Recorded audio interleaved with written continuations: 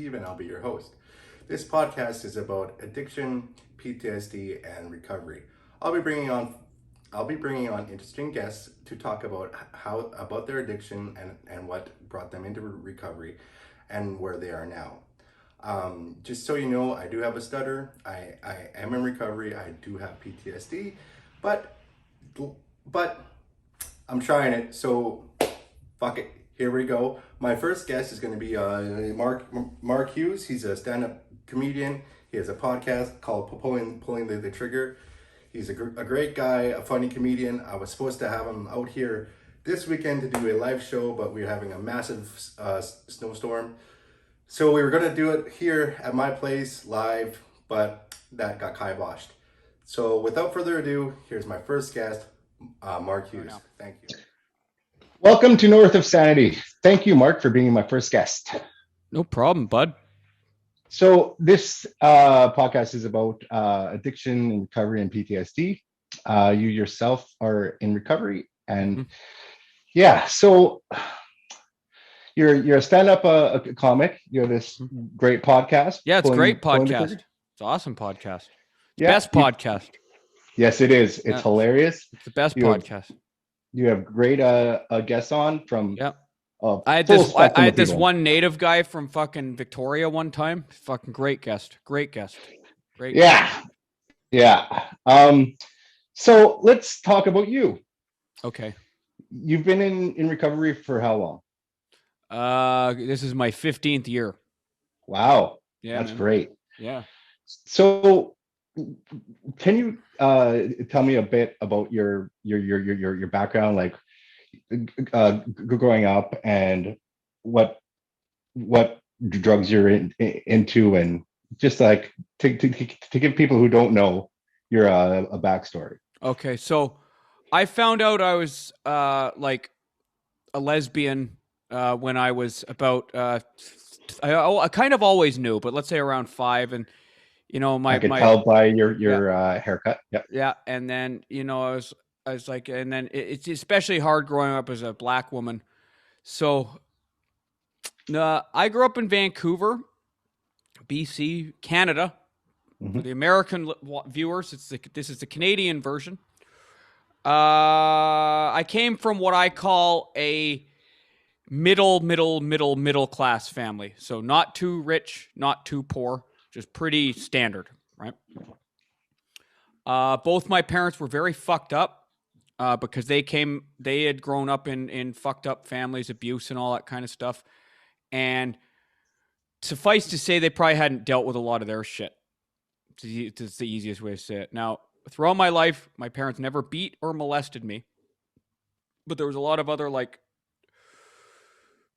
my parents would throw me out of the house if they thought when I was acting up, and acting up could just mean like, I'm getting in trouble at school and stuff like that. So they just throw me out of the house. What age did this start happening? Around 13, I started getting thrown out of the house. But before that, I'd get blamed for like them talking about divorce and stuff like that. And that's great for kids' mental health. Yeah. Okay. So we had to take a little break. You were talking about you were 13. You started getting kicked like out thrown out of the house and stuff like that. Yeah. So and my parents, like, I don't want to sit here and bash my parents too much. Yeah. It's just but I don't want to. This is the thing how I am, right? Like, I don't think I should pretend it never happened, but I'm in a place right now where I understand my parents' humanity. So, and we're all capable of being monsters, or I don't need to say monsters. That's extreme. I shouldn't say that, but I don't want people to assume or to say I'm calling my parents monsters. We're all capable of being shitty. Yep. There. That's the easiest way to describe it. So I think my parents just were a bit in over their head when they had kids, hadn't dealt with some of their own shit. All I know now is that almost 41 years old, I can't say I would do better. So, you know what I mean? Nope. So I'd started using drugs. I started acting out when I was 5 to get attention at school. I started telling lies and stories and stuff like that. Getting in fights with kids, bringing knives to class, tried to set the school on fire. Pretty normal stuff, right? Oh, yeah. And, but it was no matter how destructive or antisocial it may have seemed, it was just, I was trying to get a feeling. I was trying to get, ooh, excitement, ooh, attention, ooh, I understand that. yeah. And one of Yeah. the reasons I wanted attention is because I felt like I was nothing. Yep. And being seen, even if it's for something bad, was better than it being invisible. It's Yep. rather, and I always, one of the things I say sometimes is I'd rather be a bad something than a nothing, right? Okay. I understand that too. Like as a kid, I was sexually abused, and then Well, look at you. after, yeah, I know, lesbian. Um, so like a lot of my childhood is still blacked out. Now that I'm clean in recovery, I'm starting to get some old memories back, so I don't know how that's going to go. But I remember doing the same thing. Is I would act out and have a lot of rage, and just to get attention, to pretty much say "fuck you, I'm here." And looking back at it, going, I couldn't fight then, but I'll fight now, and I fought. Like I'd fight, kids. My older brother and I couldn't be in the same room together our whole lives. We didn't like really become friends until one Christmas we got hammered at his place, and talked about how I'm a mama's boy, he's a daddy's boy, and you know all like all that shit, right?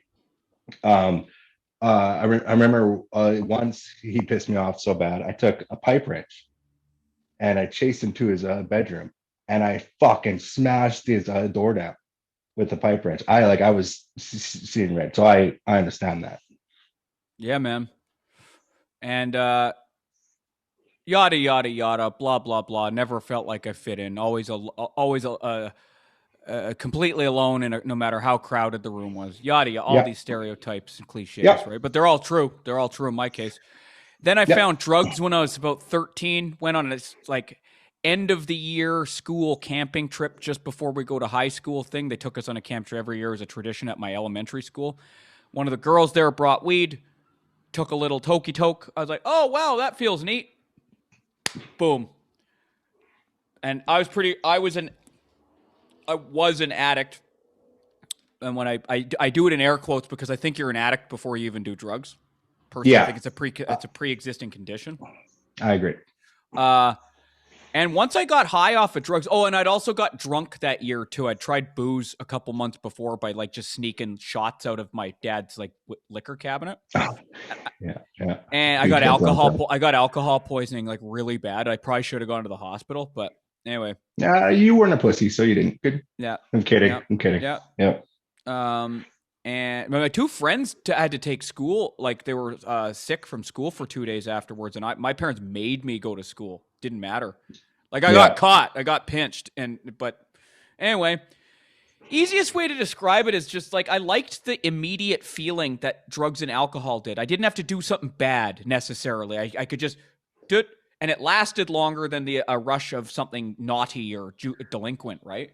And then you start hanging around people who do drugs. You start hanging around people who do drugs, and you start hanging around people who do other drugs and do other things, and then by the time I was 15, I was hanging around like ex-convicts who were like into shooting coke and heroin and stuff. And I was like, well, I'd like to try that too, please, sir. And, boom, and started shooting coke and heroin. And so, hold on. So the first time you did coke or heroin, did you shoot it? No, I started snorting coke when I was about 14. Holy but fuck, then, okay. But then within a year, I was shooting it. Wow. I graduated really fast. Yeah. Yeah. I never shot anything. I've been petrified of needles my whole fucking life. At the end there, though, I was really contemplating it. You ever smoke crack? Once. No. Once. Just once, really? Yeah. It was in Edmonton, and it was I used to go on Craigslist and say I'm skiing, right? And get a girls over. This girl had crack, and I smoked it with her once. I was already high on coke, So So you didn't really it feel was, it, probably. Yeah. yeah, and I'm like, meh, right? Yeah. So Yeah.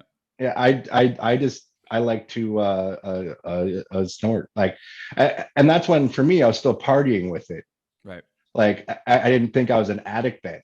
Yeah. Like it was just, oh, I'm just partying. I'm doing it on the weekends. Like then I was still kind of functioning. Yeah. That's the thing. It was a blessing in disguise as I bypassed the party phase. I went right to like Mm, pretty degenerate junkie. So, and that came in handy later. Now, don't get me wrong, it fucking really fucked my life up and made me do a lot of things that I'm still paying for to this day. Um, hmm. made me. I shouldn't talk like no. I did a lot of things because of that lifestyle that I'm Yeah. still paying for to this day, and I'm not complaining about it. It's just that's consequences of your actions, of my actions, right? But I was never able. It was very difficult. I would hear people in because I go to 12 step, right? I'd hear people in meetings going, "Oh man, you know, sometimes I just really wish I could have a cold beer on a hot day with the, and sit there on the porch and oh wow, and maybe just have one with dinner." It's like I never did any of that. I know that's not even a temptation for me because that's not how I did it, right? That's me. If when I get tempted to like have a cold beer on a hot day, my version of that temptation is I want to find an alley with a dumpster and a toothless hooker, and I want to like start shooting dope. And I immediately, again, the blessing in disguise is my Yeah. mind immediately goes, but Mark, that was, you can't do that. It's like that's immediate Yeah. ruin of your life, right? So, but to be clear, for a long time, I really enjoyed being like a downtown east side of Vancouver back alley dope fiend. I was fucking happy with that. That was Yeah. fine, and I would go to jail all the time, which would detox me because I was stealing to support my habit, and it was Hmm. a great life. I really enjoyed that life. So So what changed? Like for a lot of people who don't know, they can watch your podcast, pulling the if a they want, trigger. No, they should no, because because you if they want talk. to be cool, right? Well, it's a great podcast, and you talk about this a lot. So I don't want to rehash a lot. You're in and out of jail for a long time. The last time you were in jail was for your sentence for 9 years. You did Mm-hmm. a seven. That's the Yeah. last time. Yeah. So what changed then?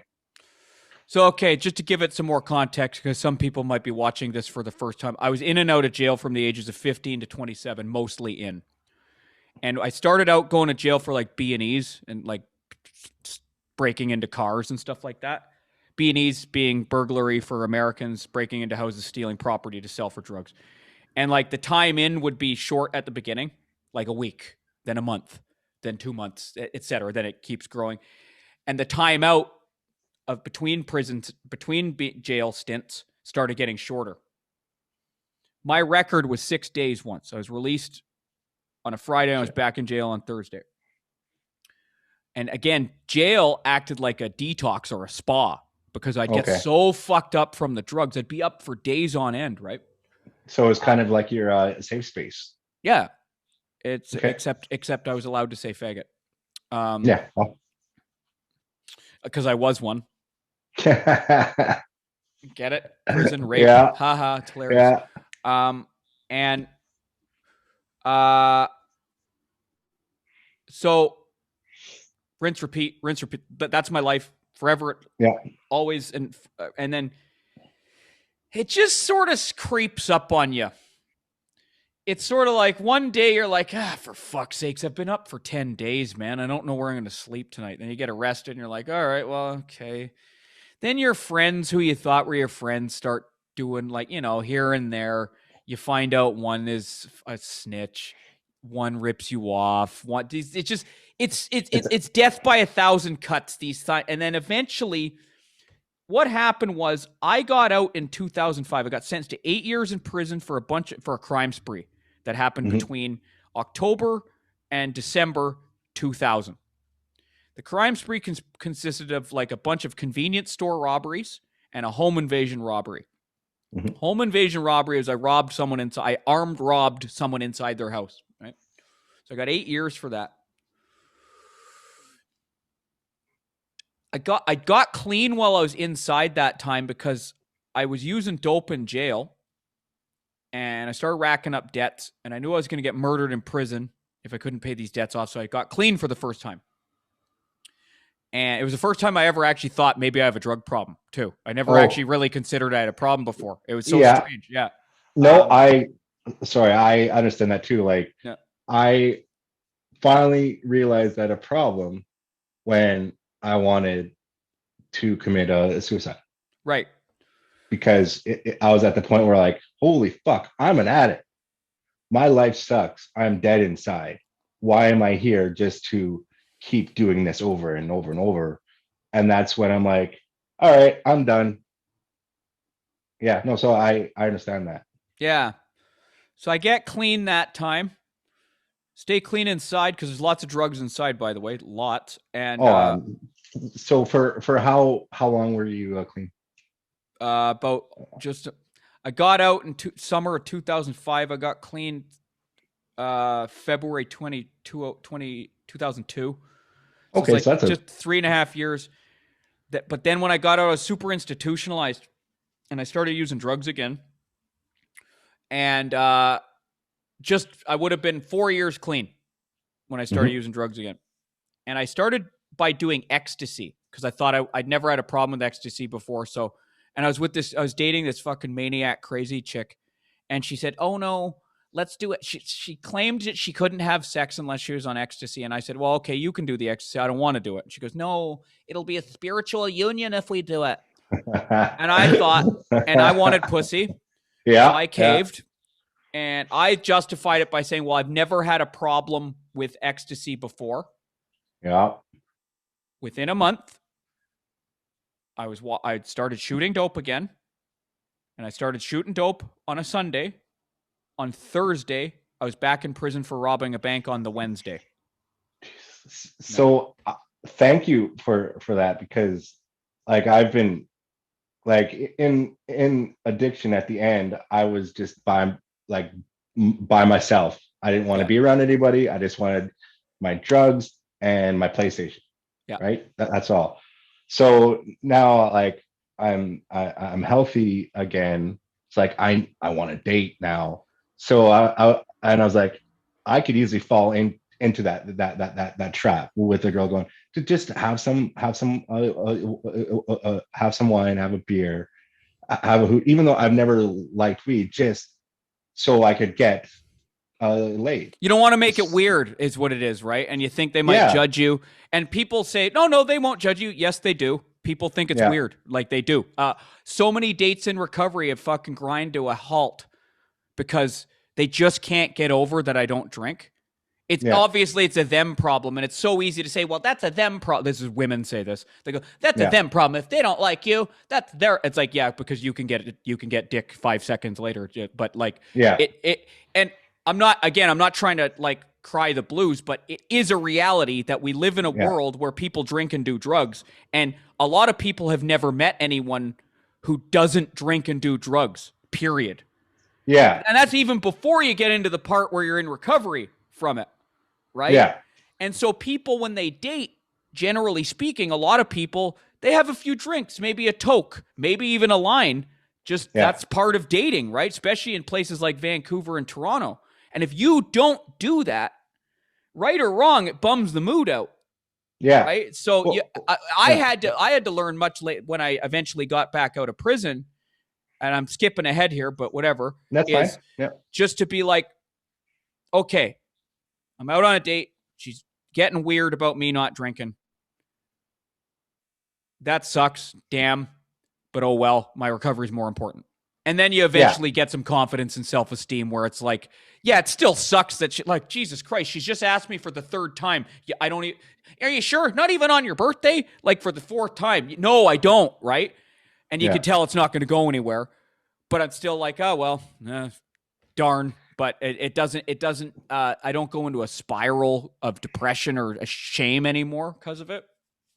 Yeah. Like for me, I'm outgoing and loud anyways. So it's like, like I'm going to be me anyways. Like I like right now, I don't need the booze. Yeah, when I can still be awkward as fuck and quiet, and I have a stutter. So when I'm super nervous, I'm like, right? But it's like, if, yeah, I don't know how to explain it. It's that point, like I'm on these apps, like, whoa, I want to drink wine and watch a Netflix. That's your, for like, I'm like, I don't want that as a, your personality trait is booze and TV. Like, That's the thing, and it is for so many people. It's what they do, right? Like I remember a yeah, girl I was having trouble dating for years after I got out of prison this last time, and a girl told me she's a pretty honest girl too. She's like, one of the problems is you don't drink, and I said, yeah, but why? What does that matter? I'm not preaching at anyone, and she said mhm, it's because dating is like often dating is getting wasted than hooking up, and I'm like, oh, yeah, I'm missing. There's a factor in the equation missing, and a yeah. lot of people, whether they're alcoholic or not, are uncomfortable drinking alone or getting high Yeah, alone, right? So I didn't because realize that. those are non addicts. Yeah, Non addicts are uncomfortable doing it alone. Addicts, I can only speak for me. I was more comfortable doing it alone. same. I didn't want people around. A, Yeah. because I have to share, and I don't want to share. Oh And yeah, I know. B, when you shoot coke, you go psychotic and you get crazy, and you don't want people around because you'll get paranoid. You think they're the cops or they're going to murder you or rape you or whatever, right? Or Yeah. you're just weird, and I want to tweak out and be fucking weird, and I don't want you watching me do it, right? Yeah. Yeah. No. Yeah. I So want to take my clothes off and rub Vaseline all over my body with a kitchen knife standing by the door, and I don't want you judging me for it, okay? exactly. Yeah. No. So okay. So you got clean in prison. You got out. I got clean September 14th, 2006. I was Mhm. my first my is my clean date. September Nice. 13th, 2006, I took my last dose of methadone. Okay. So September 14th, 2006, I got clean. I've been clean ever since. And about 80 the next year I got out of prison again. And I've been out Okay. ever since. That's awesome. Yeah. So I think this, like, I had this cool question already I was going to ask, but I think we were explaining, like, you, what keeps you in recovery, but you I think you already answered for us, like, Well, I you go can fucking expand crazy. on it. I Yeah, expand on it. I stay in recovery because I like it better. I have a life now, and it's yeah, because I'm in recovery.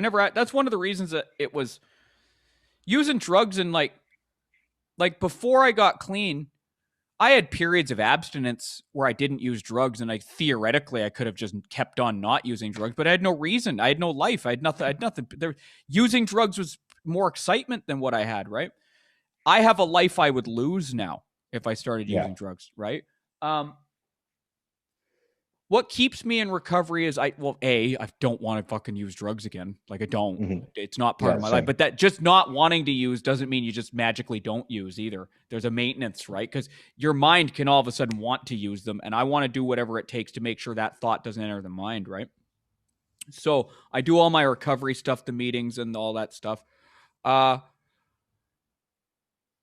and I just overall my fear of relapse is probably the biggest thing, but not that's nah, it's not. I wouldn't say that's the biggest thing anymore. That was for years, but now it's part of my life. Being in recovery is part of my life, and I prefer this life to the other one. Don't get me Mhm. wrong, I'd love to be able to shoot coke. I would love to be able to. That fucking shit felt so good, man, and I'll never say it didn't. But the problem is I I can't just shoot coke on Fridays and put it away and then like fuck man, if I could even shoot it just on the weekend and put it away on Monday, even if I never had any money, I'd probably do it. But even, I know I can't even do that. Like it would Yeah, never, it would any attempt to try and control it would never happen. yeah, So I'm like, all right, that's not an option. So you can't do that. So and knowing, like I said a minute ago, okay, I don't want to use drugs because I can't and I don't have control. Doesn't mean you stick to that statement, right? yeah, Sticking to the statement is the recovery part, right? Lots of us, um, by the time someone gets into recovery, they swore off dozens of times, probably. That's it. I'm not doing it again. Or only on the weekends from now on. right? And then I did that hundreds of times. Like yeah, I don't have a problem, but I'm yeah, not gonna do it. And then it's like, well, it's too. Mine was all time based. Like right, my dealer starts at 2:30. yeah, All right, I'm not gonna do it. But then it'd be like, okay, if I get it at 2:30, I'll be in bed by 2, and then I'll get 4 hours sleep, and I can do work. And I would do it. yep, And I would justify. yep. And what I've learned for me is the recovery is what you do to stay stopped. Yeah. So the day I go, that's it, I don't want to use drugs anymore. Now I have to do recovery, because recovery isn't about just the ceasing of drug use, the abstinence. It's about creating a new life where you don't need to use drugs anymore to cope, right? Yeah, So you don't need that what I call, like, I use it to escape, right? I needed to numb everything. yeah, I didn't want to feel, because feelings are so strong. It's like, okay, I don't feel, I'm good, yep, right? And and like I went to a treatment for 6 weeks, and I was like, holy fuck, all these feelings. So that's a big thing. But yeah, we and don't need that to. they those feelings take a while to get used to. Years, in fact, took me about 5 years to kind of get a handle on the feelings, where it was like, all right, okay, I think Yeah, it's yeah, yeah. I'm closing in on 9 months now, so it's 8 months, 20 days, and it's been like this. it'll But be like I've that for a while. Spoiler alert, it will be. no, and it's fine though. Yeah, Like I I I've come to just accept it, yep, and not try and control everything. yep, Like, I was fucking pissed off today because of this goddamn snow.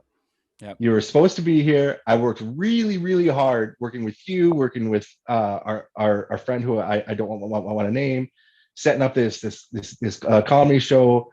Did a lot of stuff on the back end, put in a lot of fucking effort, and then I wake up and boom, this can't dude, happen. this never happens out here in BC either.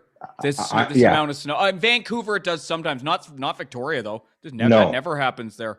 That's like yeah, when it was snowing, I was like, who cares? But then you're like, people can't get out.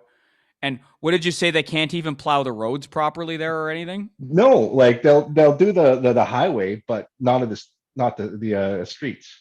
Man, So I was looking forward to doing stand up too, because it's infrequent now, right? yeah, Because of all the shit. So and I was looking forward to, like, actually meeting you in person instead of yeah, our sexting and stuff. yeah, yeah. So I even have this tank top that I got you. Uh, It's it's got I a can't hundred I can't dollar. I can't see the yep. I Oh, can't. sorry. Yeah, Hold on. Let yeah, me do this properly. yeah. It's got $100 bill on it, and it says, "It ain't just for rolling anymore." Right. Nice. Yeah, yeah. I was gonna give this to you here, but alas, we had to do it this way. Hold off on sending it to me until I'm in Toronto, because I'm leaving. Yeah. Just wait. Just wait. I'll tell you what my address is and everything. When I'm not telling you people what my address is, because I don't want to get doxxed. You fucking faggots. Mhm. Yeah. So no, I appreciate it for you being open and honest, and being my very first guest. Follow Mark. I will put all his social media stuff on the description of this podcast. Aren't we going to talk about stand up? Oh yes, let's talk about stand Yeah. up. Sorry, Look at me edit this. micromanaging. I will edit this shit out later. It's So okay. why did you get in?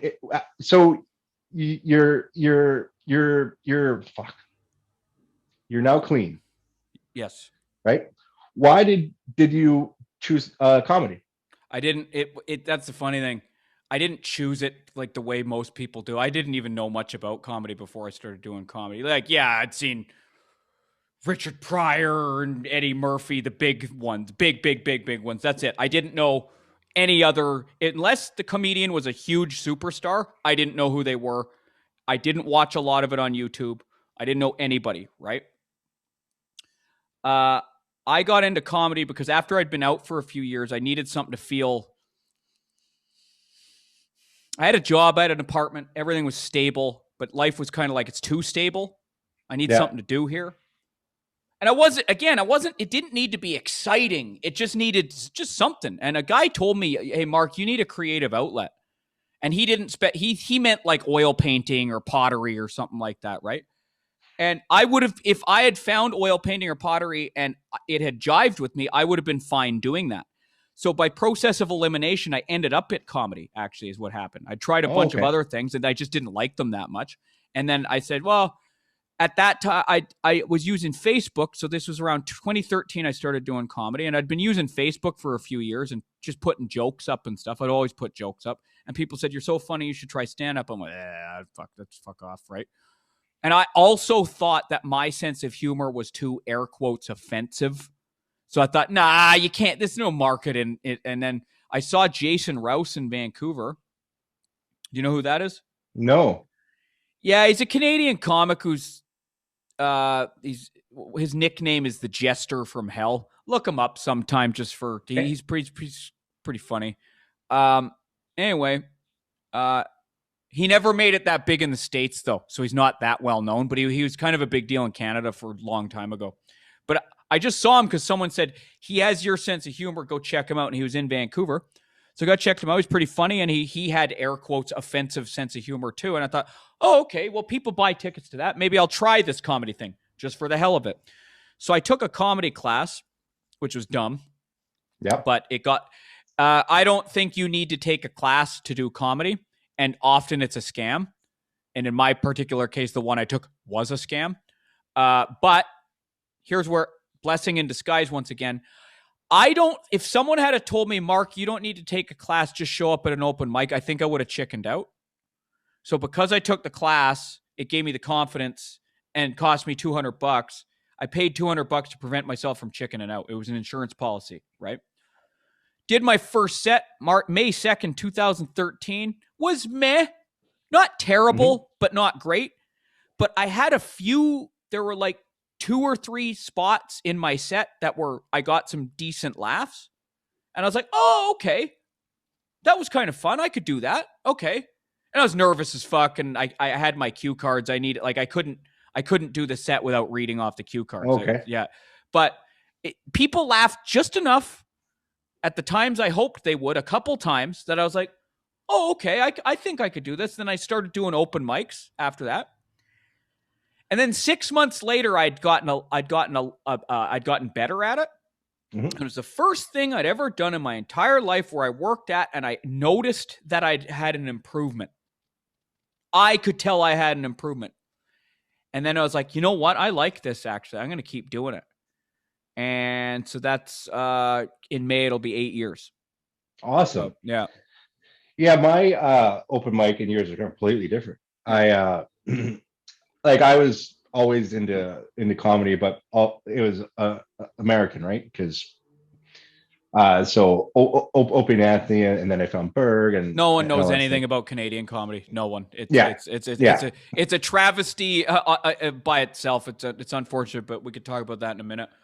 Yeah, and so I was in Montreal, and then this is with a two drink minimum with Mike Ward and Pantelis, and then there's a club there called the Comedy Nest. Yep. So I went and did an open mic there. I practiced in the mirror. I had all my timing down, and I went and I did good. Like I was getting the laughs. I stayed sober. Well, I had a glass of whiskey, like just like an ounce, just to calm. And I did good. I got laughs. I felt great. And then my addiction once again started. It was really ramping up then. So then I started. My next set, I was a little bit drunk, and then I'm like, okay, no, let's just do a bump BB before we're going. And I'm just doing open mics, and it was just like no. And then my jokes went from ha ha to dark, fucking scary dark. Like not funny, no laughs. You mean? Well, it was like, oh, laughs. Like, Right. this is during Me Too, where it's like, yeah, so I see all these actresses are getting paid millions of dollars because they were, I go, it's horrible. They were raped by Weinstein, but at least they're getting millions of dollars. All I got from my uncle was a blacked out childhood. Right. And it was like, right. Right. So, and that's There's when something my there though. depression, There's something there. yeah, but That's that's, that. Yeah. yeah, but my depression and suicidal thoughts were going like this, and my addiction was going like this, and I'm trying to do stand up, and it's going right. So yeah, and that's the first time I went and actually saw like a counselor and all that. So, but Gay. Gay. That's more gay than your uncle fucking you. Gay. eh? Yeah.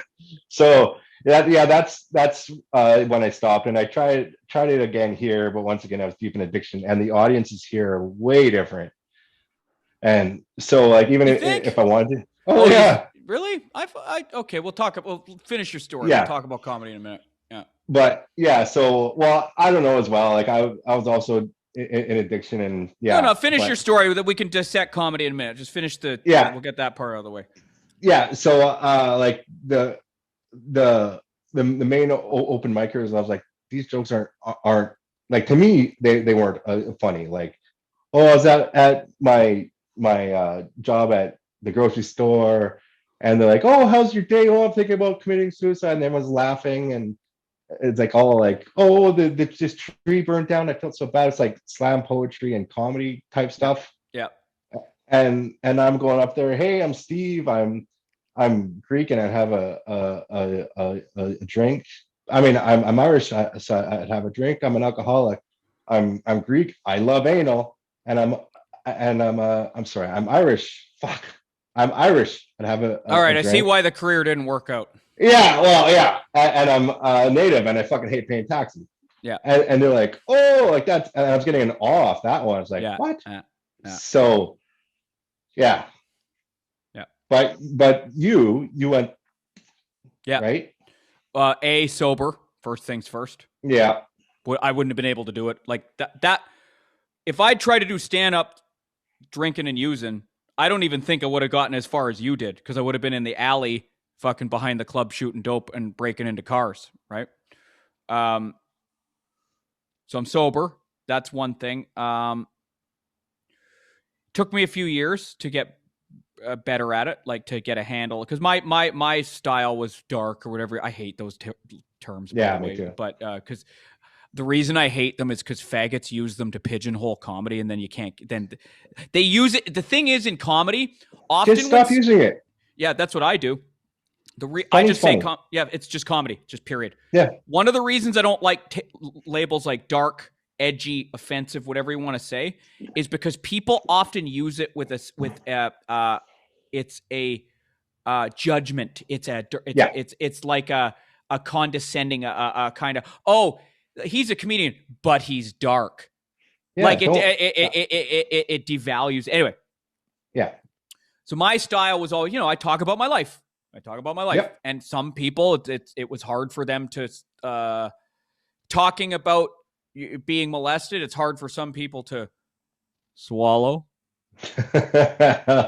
What? Sorry. Yeah. But anyway, and a lot of that's inexperience, and you just got to get. Comedy takes time. It's a marathon, Yep. not a sprint, right? And it takes years to get good at it. It takes years to get adequate at it. Then it takes even more years to get good at it. Then it takes even more years to get great at it, right? So I put in my time, and I eventually just kind of caught the rhythm of it. And that's the other thing. Comedy, it requires, it's not just if you really want, okay, you can do comedy any way you want. If you want to do it a few times a year because you invite some friends out for a party and you would just do a set, you can do that. But if you want to be a serious stand-up comic, I know that sounds like a contradiction in terms, but if you want to be like, No. I don't want to say professional, but if you want to take it seriously and treat it professionally, you need to do like 10 to 20 sets a week. And I knew that right away, and I had to do, and I that's what I did. So each set, you're getting a modicum better, a bit better, learning a bit more, and just over time, you just start getting better. And now I mean, COVID's fucked my rhythm up and I'm rusty, but Yeah. but it's a muscle memory. If I started doing comedy again within a month, I'd be back to where I was before. I learned this last year, right?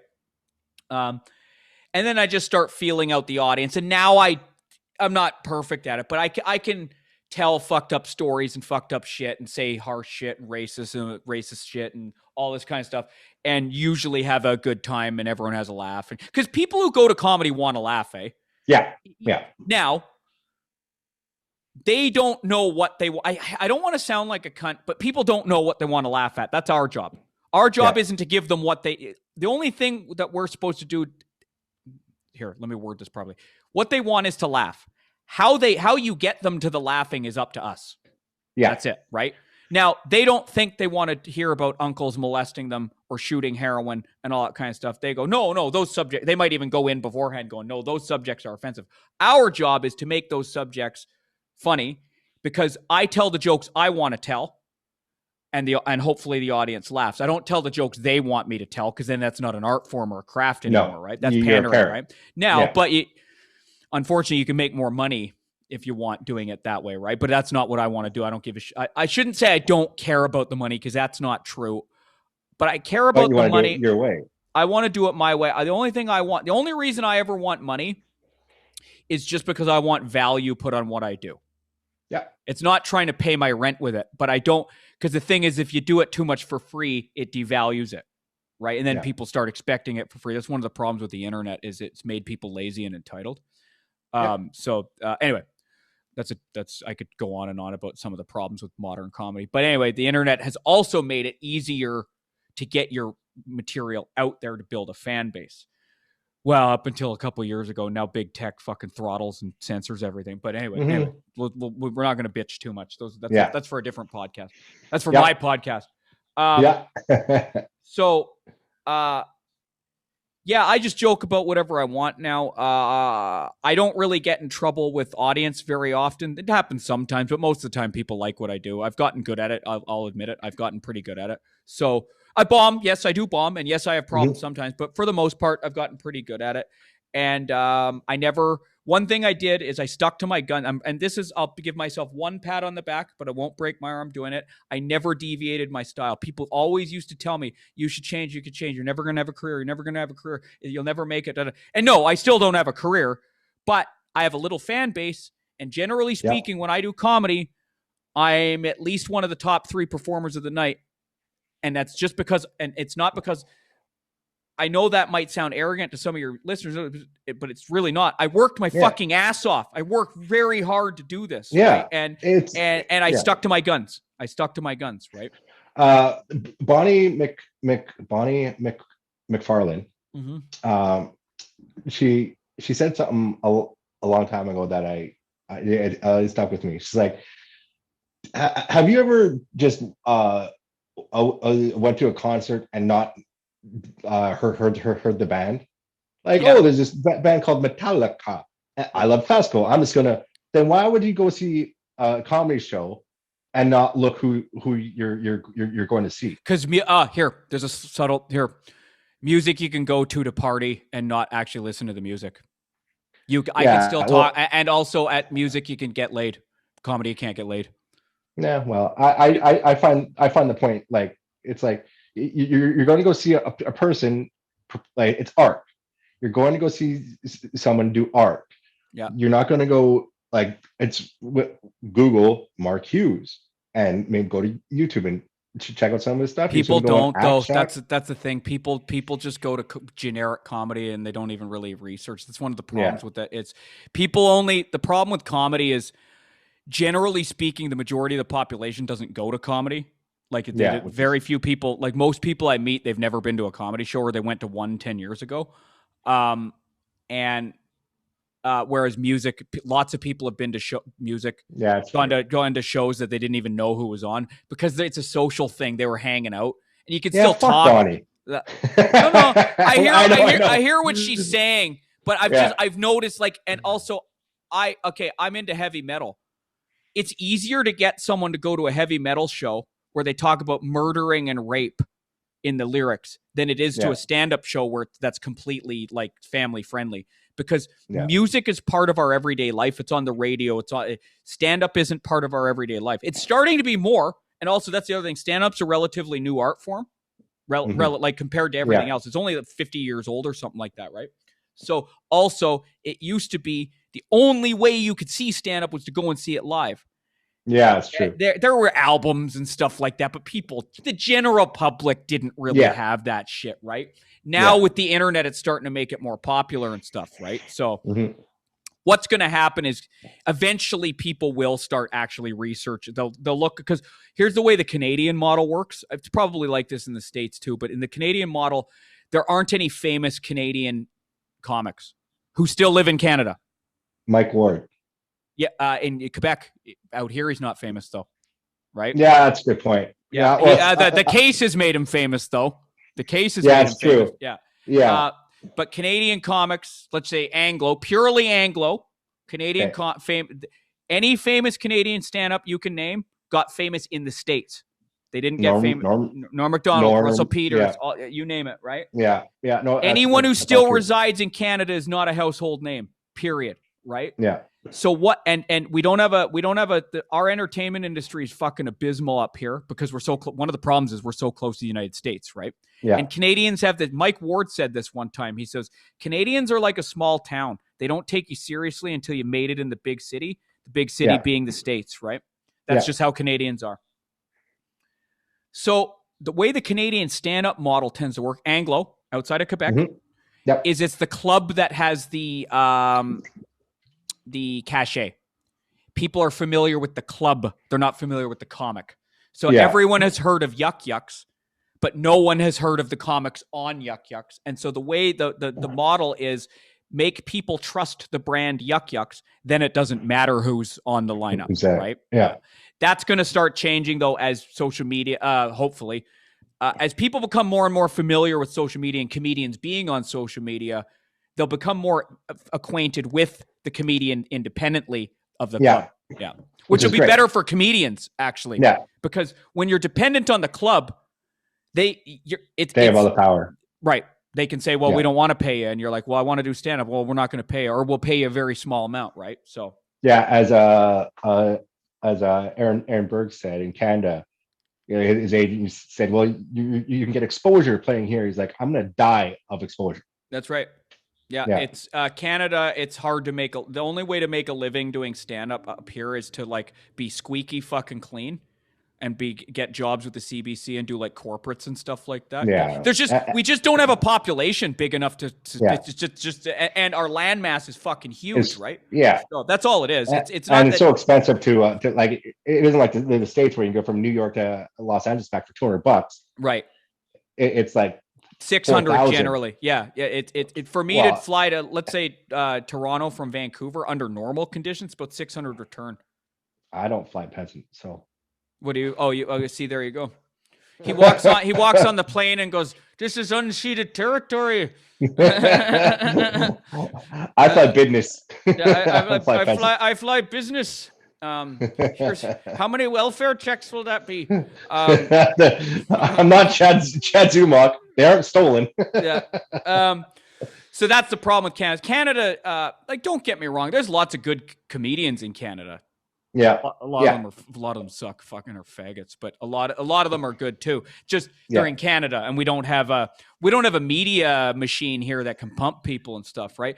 So what most people do is they get good in Canada, work on getting their green card, and then go down to the States. Yeah. I have a unique problem with that. I cannot cross the U.S. border. I told you, you have 96 days now. Fly to Mexico, join the caravan, and walk on in. Yeah, I know. That's what I should do. I don't. Something tells me it won't work though. K. Habla Marcus. Oh.